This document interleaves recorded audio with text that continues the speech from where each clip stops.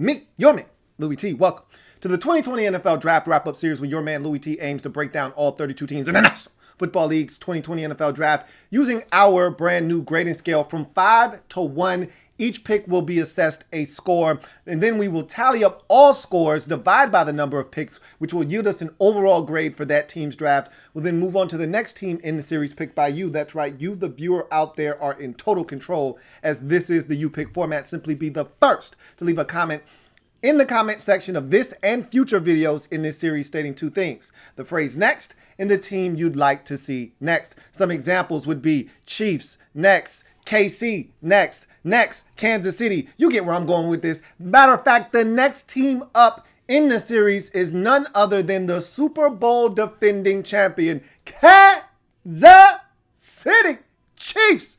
And man, what a run it was for the Kansas City Chiefs in 2019.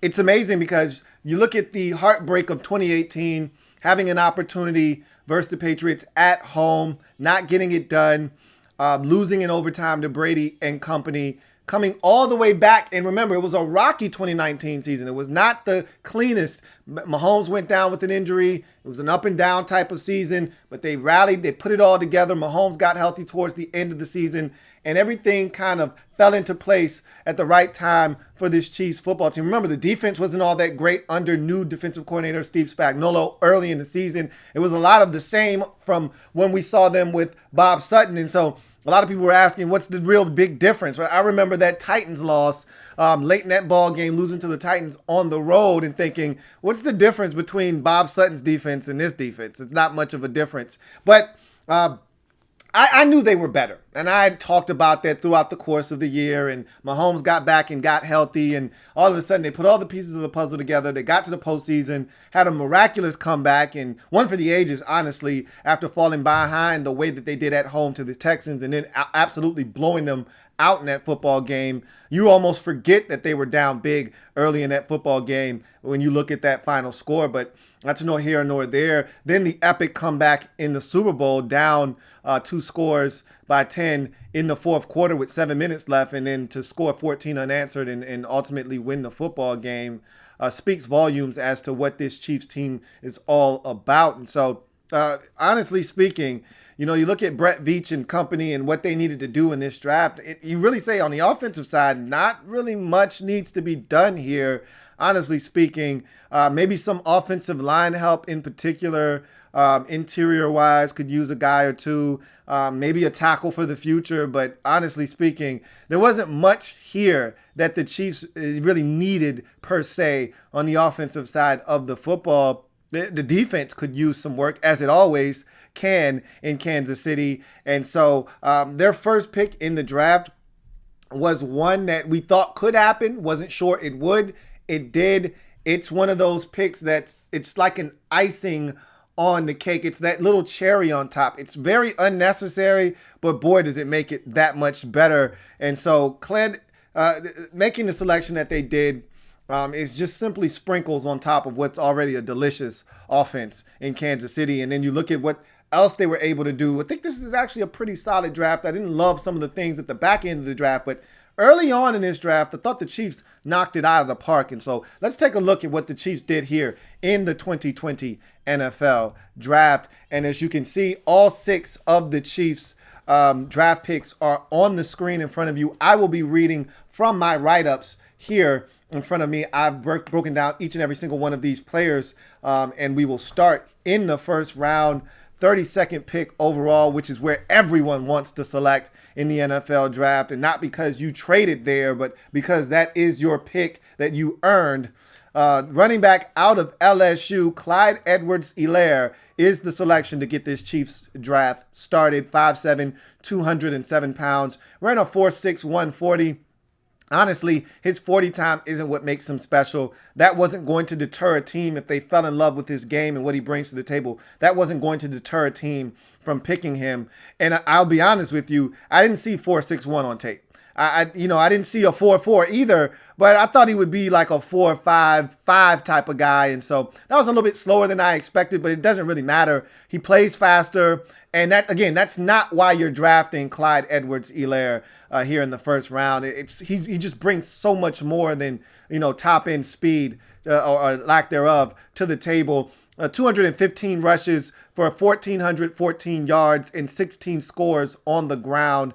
And to go along with 55 grabs for 453 yards and 1 score in 15 games for the national championship, national champion LSU Tigers.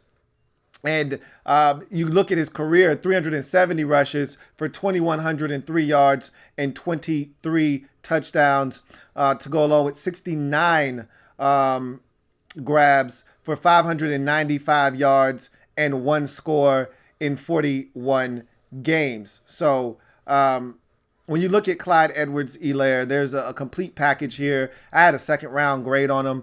I thought he would go in the second round. He was my number 4 overall back in this draft. He ended up being the first running back taken, the only running back taken in the first round to boot. So the Chiefs thought very highly of him. He fits this offense to a T, and I'll give you my comp for him a little bit later on. Strengths, bowling ball frame. He's got that fire hydrant type build. One of those guys that's just hard to tackle. Low center of gravity, plays behind his pads. He even gets lower when contact is imminent, so it makes him that much harder to corral. He's physical. He's got quicks in the phone booth, can make you miss in tight spaces, the quickness to break you off. And then, that Alabama game it's a thing of beauty. There are a couple of plays in there on third downs and just tremendous ability to make guys miss. And his frame is a huge part of that too. Again, don't discount that low center of gravity being one of the reasons this guy's hard to tackle. Quickness, agility, make you miss. I'm just going to combo all 3 of those because they kind of weave into one another and interlock. His quickness leads to the agility, which leads to his ability to make you miss. His quickness is ridiculous. And again, one of those athletes, quicker than fast. This is a very apt description of Clyde Edwards-Helaire.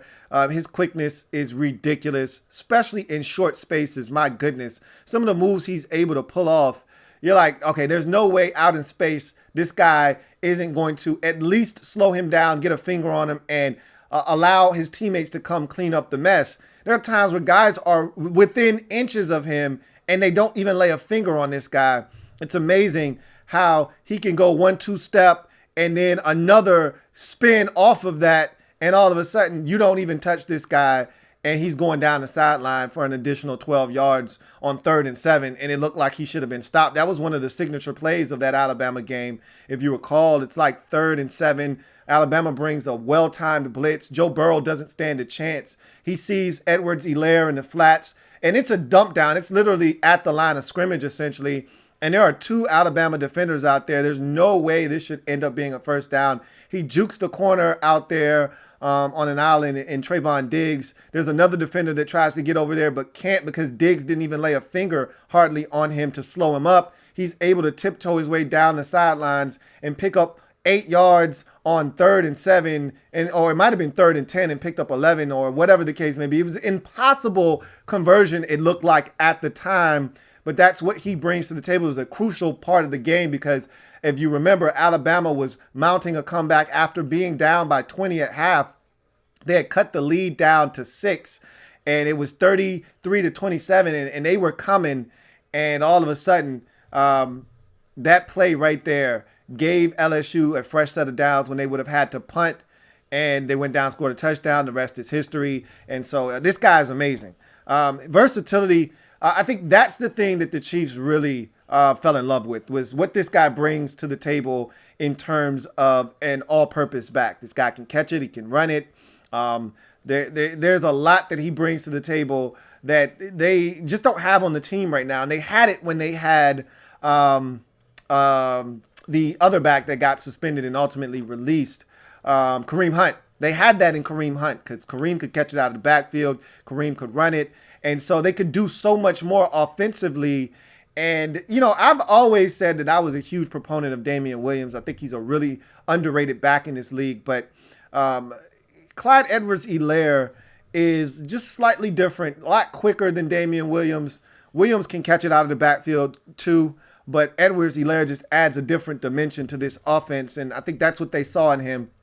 And now, if something were to happen to Damian Williams, because Damian Williams isn't foreign to being injured, if something were to happen to him, well, they got a guy that can step in, carry the load, and they'll be just fine. There's no drop off. As a matter of fact, he might be an upgrade at the position. I think they're going to make a 1-2 punch out of the backfield that's going to really hurt teams, because there aren't many linebackers that can contend with what these guys are able to put on the field in Damian Williams and now Clyde Edwards-Helaire, and his ability to catch it out of the backfield with a sprinkle of pass pro makes him a threat on third downs to hurt you. And so I think that's what the Chiefs fell in love the most with when talking Clyde Edwards-Helaire.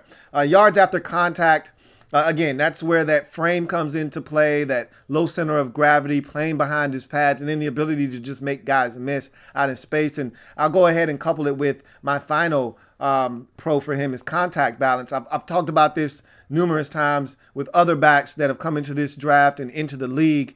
Contact balance to me is one of the elite traits of dominant backs in this league. When you look at the best guys in the business right now, whether you're talking Christian McCaffrey or you're talking Alvin Kamara or you're talking Dalvin Cook, if you're talking about one of the elite runners in this league right now, you're talking about guys that can withstand contact, keep their feet, and continue to churn out additional yardage. And I'm not just talking about running through arm tackles. I'm not talking about breaking a dude off. I'm talking about guys actually going for their knees and hitting them, and them still being able to shrug off that hit. They may stumble a bit, put their hand down to keep their balance, or stumble a bit, but still keep their feet. They leap over people, stay on their feet. These are the guys that find a way, despite being contacted, serious contact too, not just, minimal contact, but the serious shots. They bounce off of those guys and continue to churn out more yardage. And Clyde Edwards-Helaire is one of those backs that, despite contact, finds a way to continue to churn out yardage. And so his yards after contact is pretty special as well. And lastly, he's just an all-purpose threat. Catch it, run it, do a little bit of everything. It's a guy that has many different skills that he's able to bring to the table. His weaknesses: doesn't possess home run speed. We talked about that already. That's not why the Chiefs are drafting him. Kareem Hunt did not possess home run speed, but he was a difference maker in that backfield. Kareem Hunt, if I'm not mistaken, was a 4.6 guy himself. So again, that's not why the Chiefs are selecting Clyde Edwards-Helaire. He's faster than 4.61 on game days, and above all else, they're drafting this guy because of the versatility that he brings to the table, and a mismatch nightmare he'll be for them in the backfield. Seems limited to change of pace back only. Can he be a first, second, third down guy? He was at LSU, but this is not LSU. I don't know if that's ultimately what you want to do with him. If you want to feature him and have him touch it 25 times per game, I don't think that's what you're looking to do with Clyde Edwards-Helaire. But then again, a lot of people didn't think that's what you were looking to do with Christian McCaffrey, and he's about 93% of the Panthers offense. So, right now he doesn't have to be, and that's the good thing, is he doesn't have to be a workhorse back. But if pressed into action, if there is a injury or two and he has to carry a little bit more of the load, I think he's more than capable of doing so, as we saw at LSU. But he did sustain an injury at the latter portion of the LSU season. So he's not the biggest guy in the world. I don't think that's something you really want to do with him, but maybe he is just a change of pace back at the NFL level. And if that is in fact the case, he'll be one hell of a change of pace back. And then 1 year of true production. I mean, when you strip away 2019 from his totals, it's not all that impressive. It's not all that eye-popping. Now, again, what are we really talking about here? That one season did happen. You see the talent. You see what this guy is all about. There were other backs at LSU that may have kept him from getting on the field in a bigger capacity. But at the end of the day, he did have 2019. He did show out. He did have a monster season. It was a huge part of the reason why LSU was crowned national champions. And so you can't take that 1 year away, but it is something that is apparent. It's not like Christian McCaffrey's run at Stanford or, Todd Gurley's run at Georgia, even though he had a serious knee injury at Georgia. You saw the talent from Todd Gurley. You knew what he was capable of, or Nick Chubb or any of these guys that you saw be able to make things happen. So over a course of time, this is a guy with 1 true year of production, but I'm not going to beat him up for that. He never missed a collegiate game, although he did get into a little bit of trouble early on in his LSU career. Someone was shot during a robbery. It was crazy. He was there. Sketchy details. Ultimately, he did not get into any trouble, but it was a little murky there for a little while. And then, 2 career fumbles, and both of them coming in 2019. No fumbles the 2 previous years before that. So that's a little bit of a trend that you'd like to see go back down. Again, up with the touches, up with the fumbles. So that's something you'd like to see him clean up moving forward. But to me, his comp is Kevin Falk, another former LSU Tiger that to me was the original Brady back. And Clyde Edwards-Helaire looks, feels, and smells like Kevin Falk. And I think he's going to do a lot of the things that Kevin Falk did very successfully at the NFL level. And so what you thought was already a potent offensive attack just got even more dangerous and scary here in the first round. 32nd pick overall, running back out of LSU. Clyde Edwards-Helaire for me is a 5. Had this not been the Chiefs, this isn't a 5 because I thought this was a little early for him. I didn't think he was the best back on the board.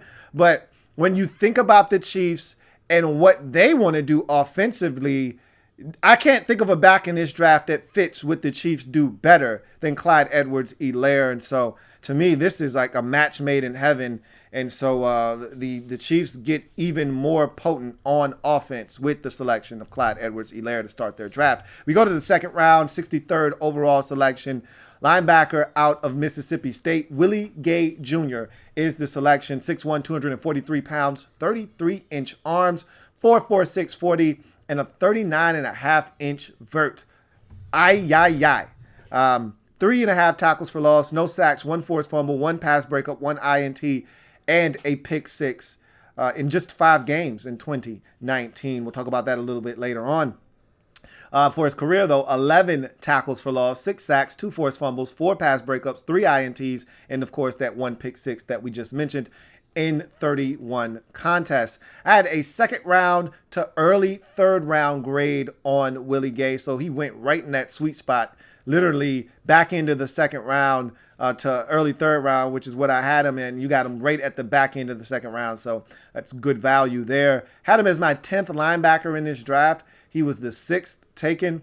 I understand why he was the 6th linebacker taken. We'll talk about this guy and what he brings to the table here in a second, but I can tell you this much. You won't find a better athlete in this draft in terms of size, weight, speed, than Willie Gay Jr. in this draft. And there were some tremendous athletes. Obviously, Patrick Queen of LSU goes in the first round. Jordan Brooks is a tremendous athlete out of Texas Tech, went in the first round. And, of course, Kenneth Murray out of Oklahoma. All tremendous athletes at the linebacker position, but none of those guys combined a 6'1", 243-pound frame running a sub 4.5. None of those guys did that. So I think the closest may have been Jordan Brooks. I think he was 6 feet, right around 240, and he was a 4'9" maybe guy or something like that. But Willie Gay is a freak, and that's where we start, is a physical specimen at the linebacker position. Again, most of these guys that are running sub 4.5s,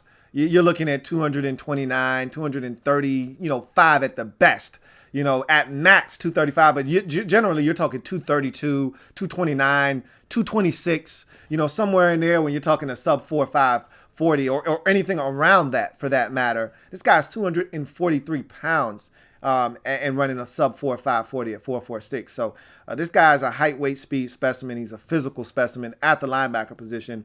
And he's a freakish athlete, as I kind of laid out for you. The 4.46 is one thing, but then the 39.5-inch vert shows the explosion. And so this is a guy that when you watch him on tape, he gets from point A to point B in a blur. Okay, so freakish athlete to go along with a frame that is just built for the NFL game. And 33-inch arms gives him a wider tackling net. Okay, so there's so much here to like with him just on the surface. You know, we're not even talking about the tape itself. We're just talking about measurables and God-given ability. And so he's off the charts from all of those things. And then you get to on the field and you start talking about his closing burst. And so that's where the speed comes into play. His ability to get from point A to point B is ridiculous, and it makes him dangerous because he can close windows. He's a guy that it looks open, and then here comes Willie Gay, and it's not open. You know, Tua found that out back in 2018 when he tried to throw the football over the middle of the field. He didn't see Willie Gay. He was kind of lurking in the shadows, and then he leaps up, snatches it out of the air, and picks it off. And then Willie Gay also, the play before that, sacked Tua. So this is a guy you can blitz, you can move him around. He's got playmaking abilities. He's a high-energy guy. That's the next strength. This guy runs all over the field. He's OC at times, and he can be a little bit out of control. But again, as a wise man once told me, I'd much rather have to tame a wild man than to have to revive a corpse. And you don't have to worry about that with Willie Gay. This is a guy that'll definitely be a Tasmanian devil all over the football field. The tremendous speed, I've already spoken to that. Aggressive blitzer is the next strength. I love the fact that this guy is someone that you can line up on the line of scrimmage and blitz, because if you're able to set it up to where he's able to come scot-free, that quarterback doesn't stand a chance unless he's an athlete and can sidestep Willie Gay, because he has been known to come downhill out of control and run by and miss on some Matador Elaire type stuff. But he's an aggressive blitzer, man, whether he's blowing up a running back or, you know, threatening that quarterback to make him vacate the pocket. Again, once he gets free, he closes that distance on that quarterback in a hurry. So love him as a blitzer around the line of scrimmage. Tackling prowess, generally speaking, when he's able to break down and use some fundamentals, he gets guys on the ground. He's a physical guy. He comes down, he wraps, he rolls, he gets guys on the ground. He's physical. So I like his tackling prowess when he's able to incorporate some of the fundamentals that help you in getting a guy on the ground. There are a lot of instances, though, of him not incorporating those tackling fundamentals, not breaking himself down and just flying by and not getting guys on the ground. But when he does use the proper technique, he generally gets his man on to the surface. Coverage ability. I think that's something that you also get here in this package, man. The 3 interceptions weren't by fluke. This is a guy that made some impressive plays out in space. I like him in coverage, and I think there's some more upside there to be tapped into in terms of Willie Gay becoming a even more dangerous coverage linebacker. And, you know, playing against this Chiefs offense every day in practice may help him become even better in coverages. The more film he watches, the more experience he gets, the better he may become in reading route combinations, understanding what offenses are looking to do. And maybe he'll become even more dangerous because the athletic exploits are definitely here for him to be one of the better coverage linebackers in all of football once he's able to put it all together. Weaknesses: over aggressive. Put down in my notes, he goes on first movement. Whatever he sees, he's reacting to. So if it's a boot, he's going and he's running and he's chasing that stretch. And if that quarterback pulls it out and he boots to the other way, he can either run it or he'll have all day to throw it because Willie Gay is biting the bait. He's taking that eye candy. On run plays, if that running back presses that hole and continues to press and press, he'll run Willie Gay all the way to the D gap and he'll be able to cut it back B gap, no problem, because Willie Gay over pursued. He's extremely aggressive, and that's just in his DNA. It's his nature. Relies too heavily on athleticism and not technique. Tackling and angles more specifically. when he doesn't take the proper angles, and he's able to get away with it at times because of his athleticism and his speed. But at the NFL level, well, guys are much faster. You're not playing against Arkansas anymore. So you can't take that poor angle because that running back's not running a 4.6 anymore. All right, you're not playing against Vanderbilt anymore. All right, you've got to take proper angles because if you don't, you're going to get beat. All right, now that's Josh Jacobs you're chasing. And maybe you were chasing Josh Jacobs just a season ago at Alabama. But you already know, because he kicked your ass in that game in 2018, that he's not a guy you want to take a poor angle against, okay? All right? Now it's Melvin Gordon, the third, that you're chasing. You don't want to take a poor angle against him. So he'll have to be a lot better. You take a poor angle against Noah Fant in the pass game, and you're beat for 6, all right? You take a poor angle against, any of these tight ends in your division, because all of them are talented, whether you're talking Hunter Henry or now Albert O, who's entering as a 4.4 guy. You take a poor angle against these guys that can run, and it's lights out. So he's got to be better with his angles and then tackling. He doesn't break down sometimes, and I've already mentioned that, but, it'll get you beaten at the NFL level, and so he's going to have to be a little bit better. Yeah, it's great to be an athlete. It's great to be able to cancel out some mistakes because of your supreme talents, but you want to be a little bit more technically sound at the NFL level. And then there are some concerns maturity-wise. Committed an NCAA violation in regards to an academic tutor in 2019, which shortened his season to just 5 games. So there was that. Remember I told you about only playing in 5 games? Well, that's the reason why. You take that out of the mix, along with reportedly getting into an altercation with the starting quarterback as well in 2019. You put those two things together, and you're talking about a guy that has some off-the-field red flags that some teams just don't want any part of. Because this is really what you're saying is that Willie Gay is a first-round talent, is what I just told you, essentially. Anywhere from back end of the first, early portion of the second, that's where Willie Gay probably belonged coming off the board just from an athletic prowess standpoint. But because of all the off the field issues, I think some teams either pushed him down the board or some teams even took him off of their board. But we know the Chiefs have never shied away from guys with a checkered past. That's one thing you got to love about Andy Reid, whether you're talking about him taking in Michael Vick at a time when Michael Vick was taboo in this league after his dogfighting ring and subsequent prison sentence. Or you're talking about his time in Kansas City, whether it's Tyreek Hill, now Frank Clark, who, obviously Frank Clark was drafted by Seattle, and so a lot of that kind of wore off in Seattle, but still it's a guy with a checkered past. And the Chiefs have never had an issue bringing in guys like that and keeping them in check. So I don't think this is a bad kid here, but, you never know. But at the end of the day, he's going to be in a really good locker room, in a good environment. And I can't think of a better place for him to land than Kansas City. And they could definitely use this kind of an athlete on the defensive side of the football. They haven't had this kind of athlete at linebacker in quite some time. You're probably going to have to go back to Derrick Johnson the last time you had a true athletically gifted linebacker for you. This guy's going to come in and be all of that, maybe even more. My comp for him is Dion Jones, one of my favorite linebackers in this league right now. When he's healthy, there aren't many better at the linebacker position than Dion Jones. That combination of physicality, speed, athleticism, ball skills, coverage ability, you name it, Dion Jones can pretty much do it at the linebacker position.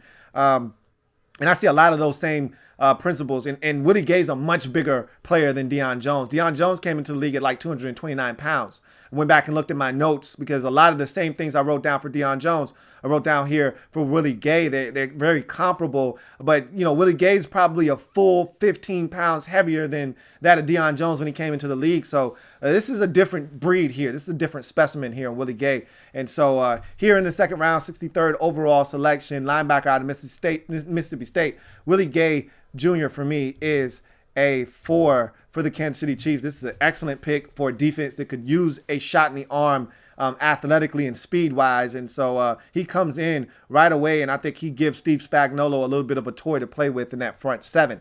As you move on to the next selection in this draft for the Chiefs, third round, 96th pick overall, offensive tackle out of TCU, Lucas Niang, is the pick, 6'6", 315, 34-inch arms, 7 games, 6 starts at right tackle for the TCU Horned Frogs in 2019 for his career, 44 games, 27 starts, all at the right tackle position. And in my notes for his grade, my grade on him, I put, if you're getting the 2018 Lucas Niang, that's a second round tackle. If you're getting the 2019 Lucas Niang prior to the injury, you're getting a late day 2, possibly day 3 tackle. So what I'm essentially telling you is a 3rd round to a 4th round tackle. And I have to assume you're getting the 2019 version. All right. And I wasn't overly impressed with that version of Lucas Niang, as you can tell. You get the 2018 Lucas Niang I saw take on Ohio State on Boza and Young and company. That's the guy I want in Kansas City. That's the guy I get excited about. And if you're getting that guy, look out. But, you get an injury. We don't know where he is. Anytime you start talking about a hip, I get nervous. We'll talk about all those things. I had him as my number 8 tackle, though, in this draft. He was the 10th tackle taken. So I didn't think that was too far off there either. Strengths, long body type that can add more mass. When you look at him, he's a long, rangy tackle that I think could put on another 5 or 10 pounds. But he moves really well. And part of the problem with him in 2019 is that he did put on some weight and it did not really go well for him. He looked sluggish. He didn't look like the athletic dynamo that you saw in 2018, keeping up with Boza and Young and all of those guys coming off the edge. He just looked like a different dude in 2019, one that was trying to prove that he could put on weight and still function, and he didn't look like the same guy. Excellent snap out of stance into his kick slide that gets fantastic depth. And that's when you got to go back to 2018. When you watch him spring out of his stance and into his kick slide, nobody's beating him around the edge. Boza couldn't beat him around the edge. Chase Young wasn't going to beat him around the edge. When you get out of your snap the way that he did and was able to get the depth, and get as far in those strides as he was getting, you're not beating him around the edge. Good luck. And so that was back in 2018. Didn't see that in 2019. He's a plus athlete. As I just mentioned, this guy can move, man. Really impressed with his movement skills. And so that's something you get in the Lucas Niang package. Easy mover, can get to the second level with ease. As I just mentioned, really good athlete. He's a plus mover, plus athlete. Can anchor to handle the bull rush. So I talked about the athleticism, his ability to be able to mirror guys and get out of his stance and not allow guys to beat him around the corner and shorten the edge. Well, he can also anchor down and cancel out the bull rush as well. So that's also something you get in the Lucas Niang package. And then he's a high IQ football player, man. He reacts to color very well. He reacts to TE games, passes those off, picks up the guy that's coming and looping around. So he does a really good job of not allowing anything to get by him. And so love that about him as well. As you get to his weaknesses, looked sluggish and much heavier in 2019, and it showed. He looked very top heavy. I put in my notes. So I kind of mentioned that already, but just wanted to reiterate that a lot of that weight that he put on did not go to his lower half. And I thought it really resulted in a guy that looked a little off kilter. He did not have the same balance, not the same spring in his step, not the same guy that I saw in 2018. Opens up too soon, making him susceptible to inside moves. This was the case in 2018 as well. When you talk about him getting out of his stance so well back in 2018 versus Ohio State, and some of the games you watched in 2018, and then you kind of counter that with the tape from 2019, put them side by side, you still see a lot of those same issues where he's opening up his hips a little too soon, which is opening the door to the inside. And, the only thing worse than getting beat around the edge is opening the door to the inside, because that's a more direct path to the quarterback. So that's a cardinal sin. Got to be able to shut that door on the inside. And sometimes he opens up too soon, not able to then redirect his weight, and guys are able to beat him to the inside. Would like to see a nasty streak from him, more authoritative in the run game. He's a nice guy in the run game. He just does his job. He's not really looking to hurt anybody. And I'm not saying you're supposed to be trying to hurt anybody. That's not what that's not what I'm inferring that he should be doing. But I'm looking for guys that are nasty, that's looking to take a guy and drive him into the turf. And that's just not Lucas Niang. In the run game, he just wants to wall off a defender, and that's fine. Just do your job. He's a do your job type of guy, but he's not nasty in the run game. And then his injury history, this is something you really gotta examine. Missed the final 5 games of his senior season after undergoing hip surgery. He tore his hip labrum. Anytime I hear the word hip and torn in the same sentence, I get nervous. Hips are nothing to play with, just like backs are nothing to play with. Anytime you start talking about back issues, anytime we start talking about hip issues, I get a little nervous. That's something that is worth, kind of digging into. Pretty sure the Chiefs have done their homework and are comfortable with where he is in his road back to recovery. That's why I was a little skittish on Tua, even though I was like, you can't pass up that kind of talent. But you start talking hips, I get a little nervous. But in any event, this was one of my favorite tackles back in 2018 when he was healthy and he was spry. If you're getting that guy, if he's in tremendous shape and he's back to the vibrant, lively, athletically gifted, free-flowing Lucas Niang, you might have gotten yourself a bit of a steal here in the 3rd round. But I'm going to assume that we're just going with the 2019 model and version of Lucas Niang. And if that's the case, in the 3rd round, 96th overall selection, offensive tackle out of TCU, Lucas Niang for me is a 3. Had this been the 2018 version, it would be a 4. As we continue on in this draft, 4th round, 138th overall selection, safety out of, let me just call him a defensive back, out of Louisiana Tech. L'Jarius Sneed is the pick, 6 feet, buck 92, 4.37 40, 41-inch vert. So again, the Chiefs are going after athletically gifted guys that are versatile. You did it already with a Willie Gay Jr. Now you're doing it here with L'Jarius Sneed. I was interested to see what the Chiefs would classify him as. Defensive back, which is the easy, cheap way out right now. And again, they haven't seen him on the field.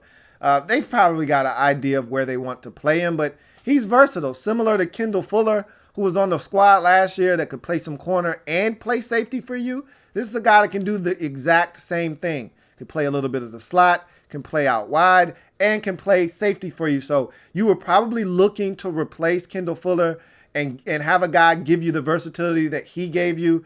And that's exactly what you're getting here in L'Jarius Sneed. 3.5 tackles for loss, no sacks, no forced fumbles, 6 pass breakups, 3 INTs, including a pick 6 in 13 games in 2019 for Louisiana Tech.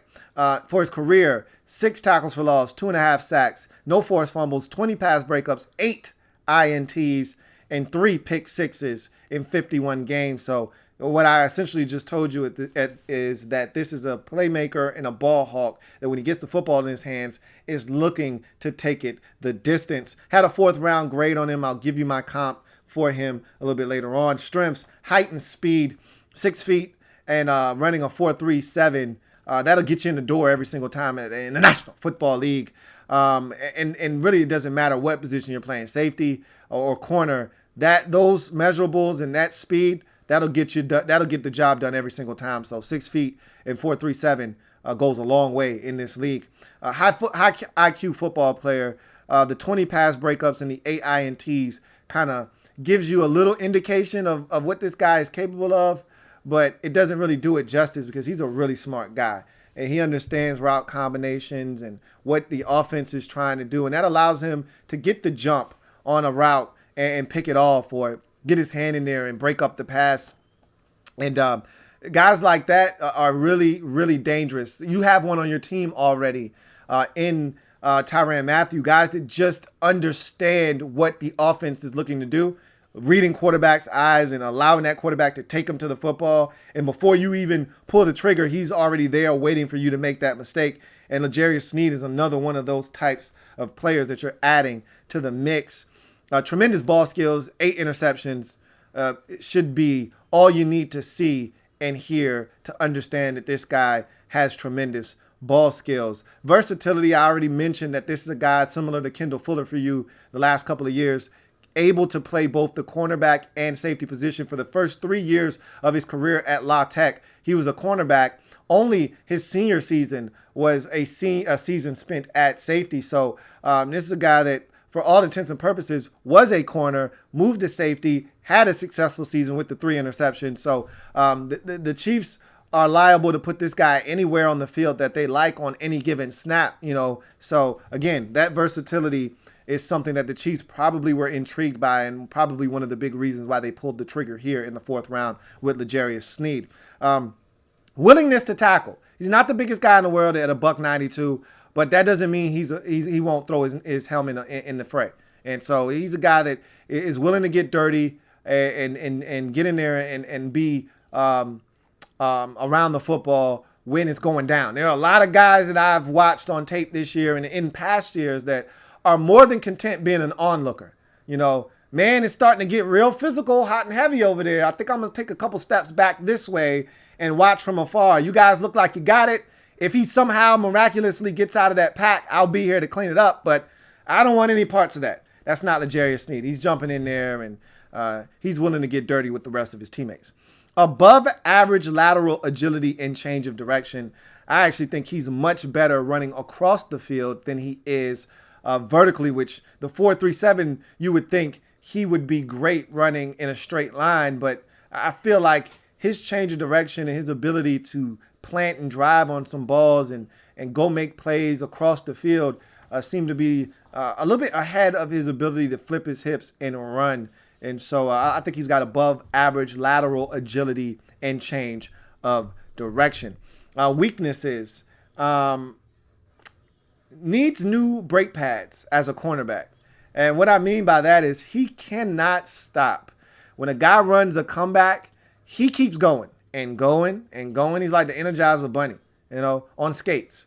All right, and he's not even in the picture when that guy comes back. When that guy runs 12 back to 10, L'Jarius Sneed is running 18 back to 12. Okay, so he's got a long way to go to make up that distance. And I think that's part of the reason they decided that senior season, hey, let's move you over to safety. Where you don't have to worry about as much of that. Where you don't have tight ends running as crisp of routes, and you don't have to worry about a dude breaking you off and you getting lost in the sauce. You should be in guys' hip pockets now in the slot, and he was. And that's why you see the 3 interceptions and 1 to the crib. So struggles from press and panics instead of locating the ball. Again, why put him in a position where he's not most comfortable? Put him in a position where he's a little bit more able to make plays and see the ball in front of him. And so what I'm telling you is I think he might be better suited to be a safety, but his body type and some of the things you see from him may suggest he's supposed to be a corner.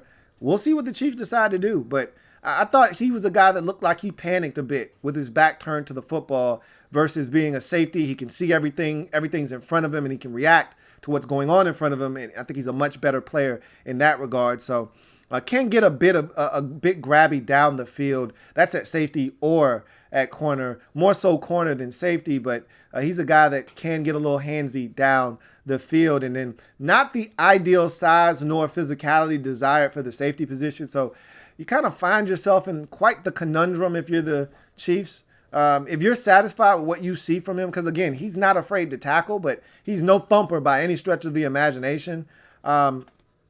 You may decide, all right, he's a corner. But if you like what you saw from him in 2019, then you might say he's more of a safety. I'm kind of torn. I think he's more of a safety than he is a corner. But, why put a cap on him? Why put him in a box? If he can do both, get you a guy that can do both. And L'Jarius Sneed can do both. My comp for him is Demerius Randall. Remember him coming out of Arizona State, drafted by the Green Bay Packers. He was a safety. Then he was moved to corner. Then he was moved back to safety by the Browns. And he was all over the place. So this was a guy that was very multifaceted coming into the league. Ultimately, the Packers decided to move him to cornerback. Then he ended up going back to safety with the Browns. So it'll be interesting to see if L'Jarius Sneed is one of those types of guys. Demerius could run, so can L'Jarius Sneed. We'll figure out what the Chiefs ultimately decide to do with him. But in the 4th round, 138th overall selection, defensive back out of La Tech, L'Jarius Sneed for me is a 3 as we continue on in this draft. 5th round, 177th pick overall.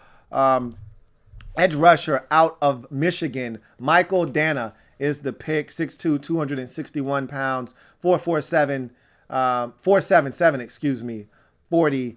3 tackles for loss, 3 sacks, 1 forced fumble, no pass breakups, no INTs in 13 games for the Michigan Wolverines. In his career, 31 tackles for loss, 18 sacks, 5 forced fumbles, 1 pass breakup in 51 games. Mind you, most of those numbers that I just referenced in his career came when he was a member of the Central Michigan Chippewas. So he wasn't doing this in a major conference, all right? There was a huge level of competition step up that he faced in 2019. Did that have to do with some of the decline in his numbers? Maybe. But some of it also had to do with the way that Michigan used him. I will say this. This is a far cry from the guys you've drafted on the defensive side of the football to this point. All the guys you've drafted to this point are athletically gifted. They're freaks. And this guy is not. He's the polar opposite of Willie Gay and L'Jarius Sneed. But nonetheless, reduced inside and did his job as a stout defender and as an interior defensive lineman. That's not what this guy is. He's an edge rusher. He's a guy you line up on the outside. But Michigan asked him for some inexplicable reason to line up inside a lot of times. And so he was playing against guards and centers and double teams. And I actually thought he handled himself well for what he was being asked to do. Now, when he finally got his opportunities to rush on the outside, he wasn't all that impressive nor productive, and they probably felt like they had other guys that could rush better than him, but they wanted to get him on the field. So the best way to do that was to reduce him inside as an interior defender. But that's not who Michael Dana is. And the 6'2", 261 pretty much spells that out. He's not a guy that should be playing inside, getting double teamed and things of that nature. Played with good leverage and generates above average push.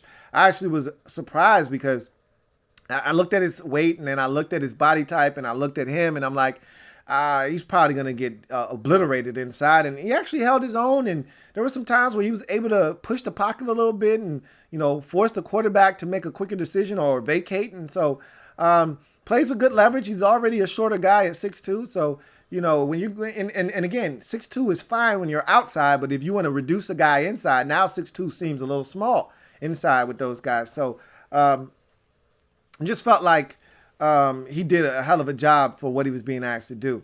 And has a modest crossover that wins against lesser tackles. That was his go-to move at Central Michigan, where he'd, threaten speed on the outside and then crossover, go inside and get to the quarterback. Didn't really work for him that much at Michigan in 2019, but again, didn't get as many opportunities to unveil that either, being that he was playing a much different role for the Wolverines. You go to his weaknesses. As an edge rusher, no juice off the edge. I just didn't see a guy that offered any threat to a tackle, who may be threatened by speed, who may be a little slew of foot. This is not a guy that is going to threaten the edge, shorten the corner, and get to the quarterback. So I didn't see any juice off the edge. Doesn't convert speed to power that well. That was a little disappointing, especially when you see him on the inside and him handle himself really well. And then you say, okay, take that same energy outside against this tackle and see if you can't collapse him and force him to take a couple of steps backwards. And I just didn't see it. Bland menu as a rusher. He's a guy that you can visit his rush move restaurant once and try everything on the menu and get out of there and never have to come back again. There's a little bit of a speed rush that's really not that fast. There's a crossover, and then there's a half-hearted bull rush. I can get that all in a combo meal and be done and never come back to Michael Dana's restaurant, because there's not much here in terms of him rushing the quarterback. He needs more moves. If you're going to not have anything stand out, you're going to need more tools in the toolbox to get the job done. Doesn't seem like anything more than a backup worker bee. That's surprising for what you had done to this point of the draft. You were drafting all of these athletically gifted guys that were versatile, that you felt like you could do a bunch of things with. And he just seems like a worker bee here in the 5th round. There were still some talented guys, maybe not as polished, but you're not going to get polished in the 5th round. You can get some uber talented guys back into the draft, though. They just need work. This is a guy that just needs work. He's not uber talented. There's nothing special here. He's just a worker bee. You need those guys on your football team as well. But 5th round, I'd much rather you take the worker bee in the 6th or 7th round, not the 5th round. But I'm not saying, I'm just saying 5th round, 177th pick overall, defensive and edge rusher out of Michigan. Michael Dana for me is a 2 in this draft. I wasn't overly impressed. And being that the Chiefs were going with the uber athlete early on in this draft, that was a little bit disappointing. And it's crazy because as we wrap up this draft, 7th round, 237th pick overall, cornerback out of Tulane, Thacarius Keys is the pick, a.k.a. Bo Pete Keys is the pick. Here's another height, weight, speed athlete. So it's like Michael Dana was just out of place in this draft. But you're talking Bo Pete Keys here, 6'1", 202, 33-inch arms, 4'3", 840. 1 tackle for loss, no sacks, no forced fumbles, 5 pass breakups, 1 INT in 13 games. For his career, 1 tackle for loss, no sacks, no forced fumbles, 18 pass breakups, 2 INTs in 40 games. Strengths. He's a height, weight, speed specimen, man. Looks the part of a dominant NFL corner. When you look at just him, just at face value, just walking up, 6 feet, 202 with 33-inch arms. First of all, the length is ridiculous, and that's the next pro anyway. Tremendous length. You generally don't get that in one package at the cornerback position. You know, you usually got to choose 2 out of 3. You're not going to get plus 200 pounds. You're not going to get over, plus 6 feet, and a guy with over 30, 1.5-inch arms, let alone over 32-inch arms. You're talking about a guy with 33-inch arms, which is just ridiculous. So, and then on top of that, 4.38 40, you're like, man, there's a lot to work with here. Why didn't this guy go higher? Well, there's some reasons why. We'll talk about that here in a second, but can go up and challenge receivers for the 50-50 ball. There's a beautiful interception that I watched. I want to say it was against FIU in 2019. It might have been in 2018 versus SMU. Either way, it was a gorgeous pick. He goes up, climbs the ladder, extends for the football at its peak. Gorgeous pick. Outstanding. Can disrupt early in the route to aid in staying in phase. This is a guy that struggles to stay in phase at times. And so when he's able to use that length, and when you got 33-inch arms, I'd like you to extend those go-go gadget arms and reach out and touch a guy at the line of scrimmage and just let him know you're there. And also that helps you stay in phase. It doesn't allow him to get it off the line of scrimmage. It's clean, allows you to stay in his hip pocket, and now you got a chance to turn and locate the football. Willing tackler. This is a guy not afraid to tackle, not afraid to mix it up, and so I like that about him. He's got plant and drive capabilities, really good ability to stick his foot in the ground, come downhill, and try to contest the football. And he's got tremendous upside. Here's a guy that didn't play his first organized football until his junior year of high school back in 2014. So you're talking about a guy that has only been playing organized ball for about 5 years now. So when you talk about Thacarius Keys, Bo Pete's got a lot of learning to do. And with that frame, you feel like, man, if we can coach this guy up, maybe we got something. Weaknesses. He lacks LLC properties. I don't know if he'll ever develop those or not, but right now, this guy's not finding the football, man. And that's disappointing because you know how I am. There's a cap on how good you can be in this league if you don't have LLC properties. I'm not going to dismiss him and say that he can't evolve and ultimately start to locate the ball, but generally speaking, when you've been doing it for this long and you're not locating the ball, and I can't recall a single time in man coverage. There are times in zone where he looks back, but I'm talking about man to man. He goes up, presses at the line of scrimmage, it falls behind on the route, is in trail technique, and balls coming. I can't think of one time when this guy actually looked back and tried to find the football, and that'll get you into trouble every single time. When he loses in the rep, somehow he lacks the makeup speed to be a factor, which is just mind-boggling. When you think about the 4.38 40, the first thing you're thinking about is this guy's got speed to burn. And so if he's not in phase at the beginning of a rep, let's say he comes up to the line of scrimmage and wants to get aggressive, get in the face and delete the airspace of that receiver, and he tries to jam and that receiver gives him a nasty 1-2 step and knocks his hand down, and runs by him, you're thinking to yourself, well, this is a 4.38 athlete we're talking about. So if anybody can get back into play and have a chance, it's Bo Peep, right? Wrong. Generally, when Bo Peep gets beat, he's little Bo Peep, all right? And he's getting smoked. And by the time he catches up, because it's an underthrown ball, he's not looking back and he's mauling the receiver. So that's a little disappointing and disheartening, actually. And then he's just extremely raw. You know, when you watch him, his technique is not fundamentally sound. His feet are all over the place. He's not clean in his transitions, which is why he falls behind a lot of times running down the field. There are a lot of technical things that you need to clean up with this guy, but again, hasn't played a ton of football. If you're able to get him to start to pay attention to the granular details of the cornerback position, and you're able to get him to focus in on things that he lacks right now, the size, the length, the height, the speed, the ability is all there. All right, everything you need, all the ingredients you need to make an outstanding cornerback cake is here. The question is, do you have the right chef?